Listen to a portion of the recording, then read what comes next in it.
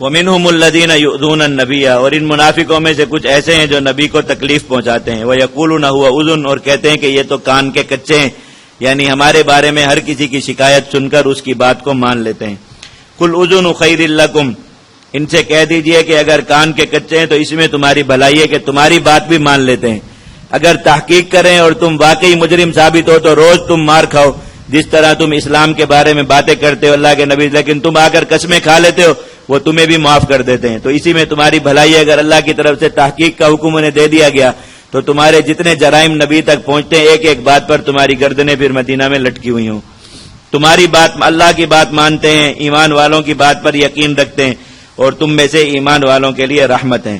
والذین یؤذون رسول اللہ، جو لوگ اللہ کے نبی کو تکلیف پہنچاتے ہیں، لہم عذاب علیم، ان کے لیے دردناک عذاب ہے. یحلفون باللہ لکم لیردوکم، اللہ کے نام کی قسمیں کھاتے تمہارے سامنے تاکہ تمہیں راضی کر لیں. واللہ ورسولہ احق ان یردوہ ان کانوا مؤمنین، حالانکہ اللہ اور اس کے رسول کا زیادہ حق تھا کہ یہ انہیں راضی کرتے اگر یہ ایمان والے ہوتے. کیا یہ لوگ نہیں جانتے کہ جو شخص اللہ اور اس کے رسول کی مخالفت مول لے اور اللہ اور اس کے رسول کے احکام کو اس طرح پامال کرے اپنے نفس کی خواہش پر، تو اس کے لیے جہنم کی آگ ہے جس میں وہ ہمیشہ رہے گا. ذالک الخزی العظیم، اور یہی ان کے لیے بڑی ذلت اور رسوائی ہے. یحذر المنافقون ان تنزل علیہم سورۃ تنبئہم ما فی قلوبہم، منافق لوگ ڈرتے ہیں اس بات سے کہ ان پر کوئی ایسی صورت نہ نازل کر دی جائے جو ان کے دلوں کی باتوں کی خبر دے دے، اور جو کچھ ان کے اندر کے معاملات ہیں مسلمان اس سے آگاہ نہ ہو جائیں.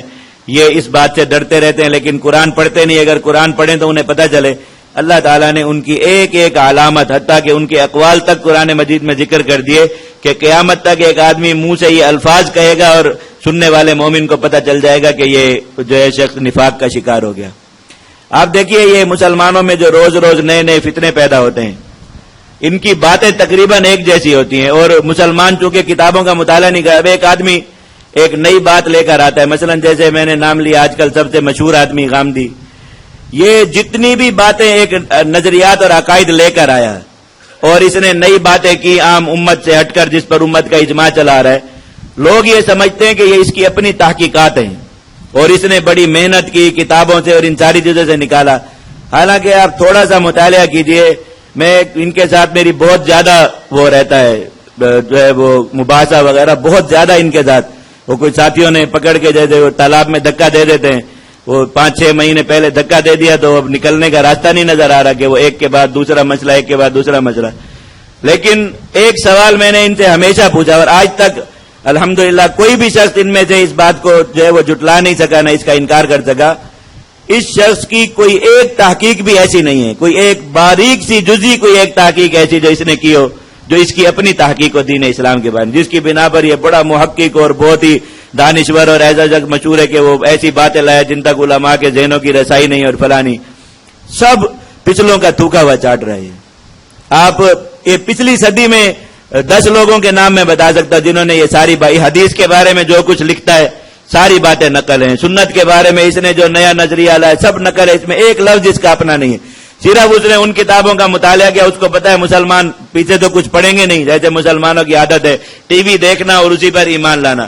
تو سامنے بیٹھ کر بات کی اور سب اس کے پیچھے چل پڑے کہ بھئی واہ یہ تو غامدی صاحب ایک بڑی اچھی تحقیق لے. انہوں نے کہا ایک لفظ کوئی ایسا، ایک سنگل کوئی ایک مسئلہ ایسا بتا دیجیے. تمام اس کے جتنے بھی ماننے والے لوگ ہیں ان میں کئی علماء بھی ہیں اور جو ہے وہ پروفیسر حضرات یہ سارے، سب سے پوچھا کہ کسی نظریے کے بارے میں کوئی ایک بات ایسی ہو جو غامدی سے پہلے لوگ نہ کر چکے ہوں، ان کو منہ توڑ جواب نہ دیے جا چکے ہوں. ایک ایک بات کے جواب پر کتابیں. اب اس کا اعتراض سامنے آتا ہے فوراً ہمارا یہ جو دیندار طبقہ ہے اور ذرا دین کا درد رکھتے فوراً سوال لے کر کے بڑا نیا سوال آ گیا، اس کا جواب دیجیے. اللہ کے بندو یہ سوال بھی گزر چکا، اس کا جواب بھی گزر چکا، ان کی ہڈیاں بھی گل کر ختم ہو چکی دنیا سے ختم ہو. وہ غامدی نے وہی قبر کھود کر نکالا ساری وہ بدبو پھر پھیلا دی. اب مسلمان پھر پریشان. تو آپ وہ کتابیں اٹھائیے جو صدیوں سے علماء ان موضوعات پر لکھ رہے ہیں، ہر ایک بات کا جواب اس کے اندر موجود ہے. جہاد کے بارے میں جو کچھ کہا، سنت کے بارے میں. اب ہوتا کیا ہے کہ آپ قرآن مجید میں یہ نبی کریم صلی اللہ علیہ وسلم کے زمانے کے جو لوگ تھے، جو حالات پیش آئے دین اسلام کے بارے میں، یہ نظریات یعنی ایک عام امت سے ہٹ کر. اب دیکھیے صحابہ کرام نبی کریم صلی اللہ علیہ وسلم کی بات کا ایک مطلب لے رہے ہیں، سارے ایک مطلب سمجھ. اور اسی وقت میں اس بات کا غلط مطلب سمجھنے والی قوم بھی موجود ہے. یہ کوئی بات میں پیدا نہیں ہوئی. وہ کسی طرح آپ ان کو پڑھیں, آپ کو پوری ان کی تصویر نظر آ جائے گی کہ یہ انہی چیزوں کی بنا پر یہ سب کچھ سمجھ رہے ہیں. اب جیسے میں نے آپ کو صبح مثال دی, ایک آدمی کا ایک نظریہ ہوتا ہے تو اس کی کوئی ٹھوس علمی بنیاد ہوتی ہے. آپ جس وقت ضیاء الحق صاحب اور پاکستان کی ساری حکومت جہاد کے حق میں ہے تو آپ جہاد کے حق میں ایسے دلائل قائم کر رہے ہیں. جس وقت پرویز مشرف آ گیا تو آپ جیسے اس نے ہر چیز میں یو ٹرن لیا, آپ کا جہاد بھی یو ٹرن لے گیا. تو معلوم ہوا کہ آپ جو پہلے لکھ رہے تھے نا اس کی کوئی مضبوط علمی دلیل, آپ اس کی دلیل ضیاء الحق تھا صرف, اور اس جو کچھ اب لکھا اس کی دلیل صرف پرویز مشرف ہے, اس کے علاوہ اور کوئی دلیل نہیں. اور کتنے مذاق ہیں, یعنی لوگ باتوں میں غور نہیں کرتے, متاثر ہوتے. میں سب سے زیادہ جو حیران ہوتا ہوں یعنی پڑھے لکھے طبقے پر اور جو دین کا درد رکھنے والے ایک تعلیم یافتہ طبقہ ہے کہ غامدی کی باتوں سے کیسے متاثر ہوئے.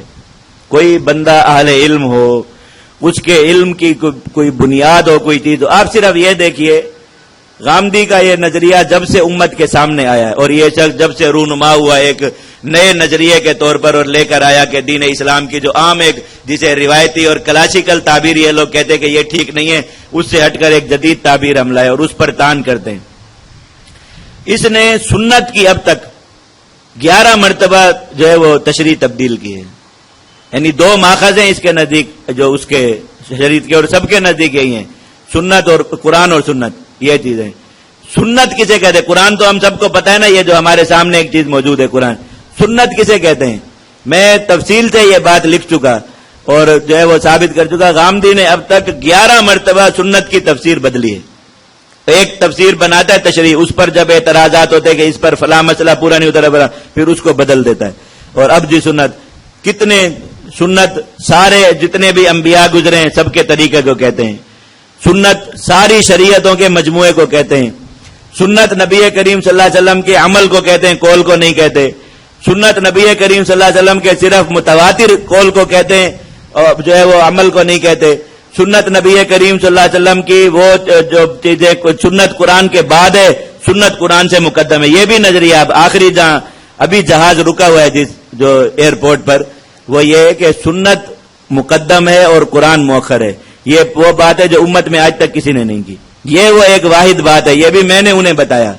جب میں نے ان سے سوال کیا, میں نے کہا غامدی صاحب کا کوئی ایک نظر عرصے تک جواب نہیں آیا, تو میں نے پھر انہی لوگوں کو کہا, میں نے کہا میں آپ کو بتاتا ہوں. میں نے غامدی صاحب کو آپ لوگوں سے زیادہ غور سے پڑھا ہوا ہے جو ان کے مقلدین ہیں. ایک بات غامدی نے ایسی کی ہے جو آج تک امت میں کسی نے نہیں کی. وہ کیا ہے کہ سنت قرآن سے مقدم ہے. یہ بات کسی بھی گمراہ فرقے نے آج تک نہیں کی.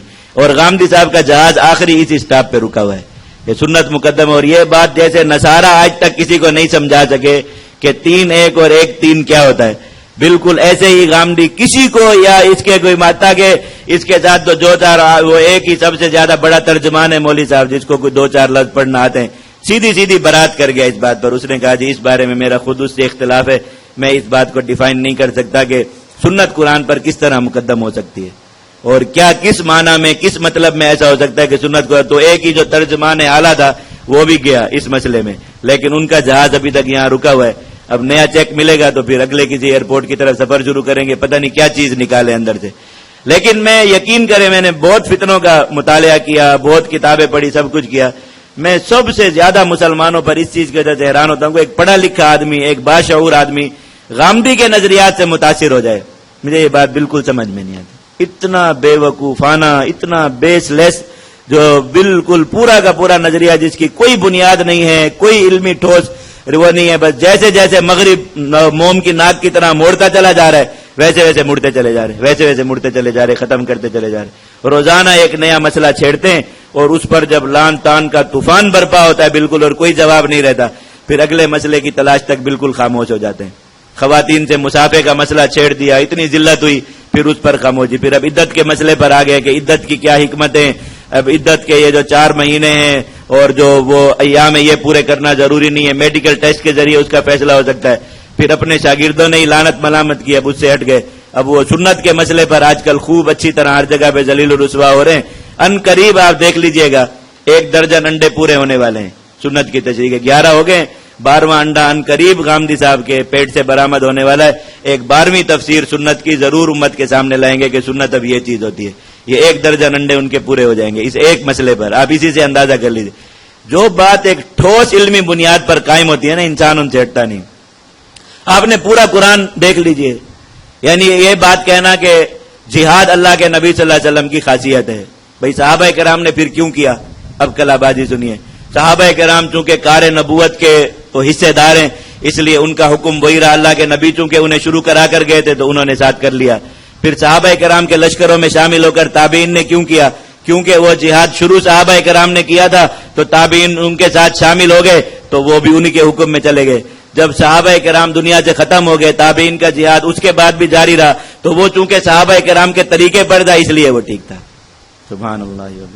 کہاں جا کر کلا بازی رکے گی آخر؟ اس لیے کہ ایک بات کی بنیاد نہیں ہے نا، تو جیسے کسی ایک جواب نے بنیاد ہلائی تو فوراً کلا بازی لگا کے دوسرے اسٹیشن پہ وہاں جا کر بنیاد ہلی. چلو اب اس زمانے کا جو جہاد ہو رہا ہے آپ ثابت کر دیجئے کہ یہ صحابہ کرام کے طریقے سے ہٹا ہوا جہاد ہے. اس کی کیا جی وہ ساز و سامان نہیں ہے، فلاں نہیں ہے. تو بدر کے جہاد میں ساز و سامان نہیں تھا، بدر تو وہ معجزہ تھا. معجزے میں جو ہے نا وہ اتباع نہیں ہوتا. بدر اگر معجزہ تھا، آپ نے قرآن مجید میں نبی کریم صلی اللہ علیہ وسلم کے اور معجزات کا ذکر پڑھا ہے؟ اللہ کے نبی صلی اللہ علیہ وسلم کے سامنے جانوروں نے کلمہ پڑھا تھا، قرآن میں کہیں اس کا ذکر ہے؟ اور اللہ نے اس کو حجت بنایا، بتایا کہ میرے نبی نے جانوروں کو کلمہ پڑھایا تو یہ قیامت تک لوگوں کے لیے حجت ہے، کہیں ذکر ہے قرآن میں اس کا؟ اور درخت زمین چیر کر آیا، یہ حجت نہیں تھی کفار پر، اللہ نے اس کا ذکر کیا. بدر کا ہی کیوں ذکر ہے؟ چلو بدر حجت تھا، ہو گیا. غزوہ احزاب کیا ہے کہ بھئی اتنا بڑا لشکر آیا ہوا ہے، اللہ کے نبی صلی اللہ علیہ وسلم اس کے درمیان میں موجود ہیں، پھر وہ لا لا لا لا لا لا لا. اب کوئی جواب نہیں اس کے بعد. حضرت کوئی بنیاد ہوگی کہیں جا کر رکیں گے. اللہ تعالیٰ نے قرآن مجید میں واضح طور پر ان لوگوں قرآن مجید پڑھیے اور صرف اس موضوع کے ذہن میں رکھ کر پڑھیے کہ دین اسلام میں خرابی لانے والے لوگ اور دین اسلام میں ایسی باتیں کرنے والے لوگ جو اللہ اور اس کے رسول کی مرضی کے خلاف ہوتی ہیں، ان کی صفات کیا ہوتی ہیں. آپ صرف ایک بار آنکھیں بند کر کے قرآن مجید کی سورہ بقرہ سے لے کر آخر تک وہ آیات اور ان کی تشریح پڑھ لیجئے. اگر غامدی صاحب کا یہی منہ آپ کے سامنے نہ آ جائے بنا ہوا، میں جرمانہ دوں گا آپ لوگوں کو. ایک ایک علامت اس شخص پر پوری اترتی ہے، اس کی ایک ایک علامت. جو کچھ کہتا ہے، جو کچھ کرتا ہے، جو اس کا طرز عمل ہے، جو اس کا جو طرز تبلیغ ہے، ہر چیز پر قرآن مجید کی یہ ساری کی ساری ہے کہ میرا کبھی دل کرتا ہے کہ میں اس طرح آیات جمع کر کے نا ایک دورہ غامدیت بھی پڑھاؤں لوگوں کو اور بتاؤں کہ یہ غامدی صاحب کے بارے میں قرآن مجید میں کتنی آیات آج سے 1450 سال پہلے نازل ہو گئی تھی. وہ نابغہ شخصیت ہے، یہ 1450 سال بعد پیدا ہوا. آیات اس کے بارے میں 1450 سال پہلے قرآن مجید میں نازل ہوئی، اور کم از کم بھی 100-150 آیات تو ضرور مل جائیں گی ایسی جو ہر آیت کے ترجمہ پڑھتے ہی آپ کے ذہن میں اس کی تصویر آئے گی. کن مسلمان قرآن پڑھیں گے تو سمجھ میں آئے گا. اللہ نے یہی بات بیان کی کہ ان کے دلوں میں یہ خوف ہوتا ہے کہ ہمارا اندر ظاہر نہ ہو جائے. اللہ تعالیٰ ان کو کہہ رہے ہیں تم اسی ہنسی مذاق میں لگے رہو. ان اللہ مخرج ما تحذرون، اللہ تعالیٰ تمہارے سارے ان کو ظاہر کر دے گا. ایک بات آپ کو اور بتا دوں، لوگوں کو یہ بہت اعتراض ہوتا ہے کہ ہم لوگ غامدی صاحب کا جواب دیتے ہوئے اور اس کے نظریات کا جواب دیتے ذرا بہت سختی کی طرف چلے جاتے ہیں، اور لہجہ وہ ان لوگوں کو کا متاثر کرنے کی وجہ یہی ہے کہ ان کا لہجہ بالکل ایسا ہے. لوگ جتنی 100% غلط بات کر رہے ہیں انداز ایسا اختیار کرتے ہیں کہ ایک آدمی ان کے انداز کی طرف چلا جاتا ہے. یہ انداز جو اب چل رہا ہے جواب دہی کا ہماری طرف سے، لوگوں کو بہت اس پر اعتراض ہے. یہ اتمام حجت کے بعد ہے، اور اتمام حجت کے بعد اسلام کا طریقہ کار ہے. جب اتمام حجت ہو جائے تو اس کے بعد سختی ہے. آپ دیکھیے ابوبکر صدیق رضی اللہ عنہ جیسا با اخلاق آدمی جن کے اخلاق اللہ کے نبی صلی اللہ علیہ وسلم کے سب سے مشابہ ہیں، انہوں نے جو کافر کو گالی دیے، میں آپ جا کر اب خواتین نیچے سن رہی ہیں، وہ گالی دہرا نہیں سکتا، یہاں بخاری شریف میں وہ گالی موجود ہے.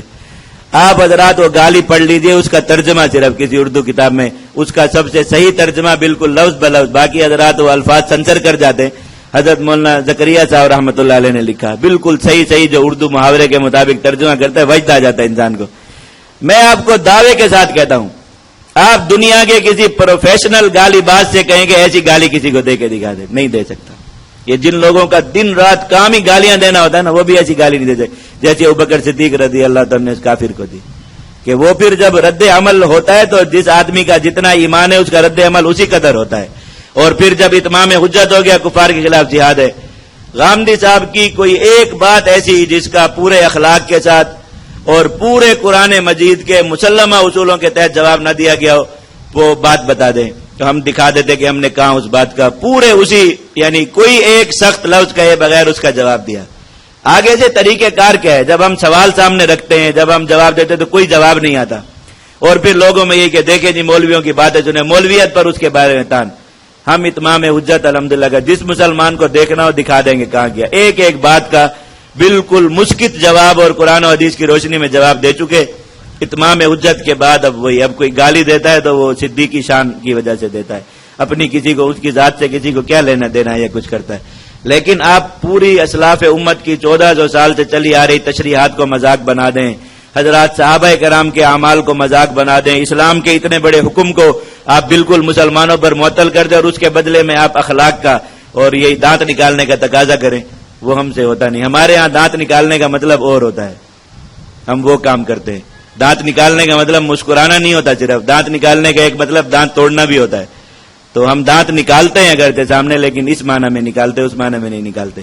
یہ بات بالکل بے بنیاد ہے. اب جواب کوئی پڑھے تو اس کو پتہ چلے کہ بھئی مولوی جواب نہیں دیتے، مولوی آگے سے صرف تان شروع کر دیتے، مولوی آگے سے صرف لڑنا شروع کر دیتے. تو ایسا نہیں ہے، اللہ کے فضل سے ایک ایک بات کا جواب دیا، اس لیے اب مذاق بھی اڑاتے ہیں، اب ذرا سختی سے بات بھی کرتے، سب کچھ کرتے، کیونکہ کسی بات کا آج تک جواب نہیں آیا، کسی بات کا. اور کوئی ایک سوال ایسا نہیں ہے جو ان لوگوں کے سامنے رکھا گیا اور اس سوال کا انہوں نے کبھی واپسی جواب دیا ہو کہ اس سوال کا ہمارے بس وہ اپنی اس چیز پر جب کھڑے. اب جب جو کوئی آدمی اپنے کفر پر اور جلالت پر جحود پہ آ جائے، انکار پہ آ جائے اور ضد پر آ جائے، پھر اس کے ساتھ محبت سے بات نہیں ہوتی. اس لیے اب پھر یہ انداز بھی اس میں رکھا جاتا ہے. ان اللہ مخرج ما تحذرون، اللہ تعالیٰ ان ساری باتوں کو ظاہر فرما چکے جن سے تم جلتے ہو.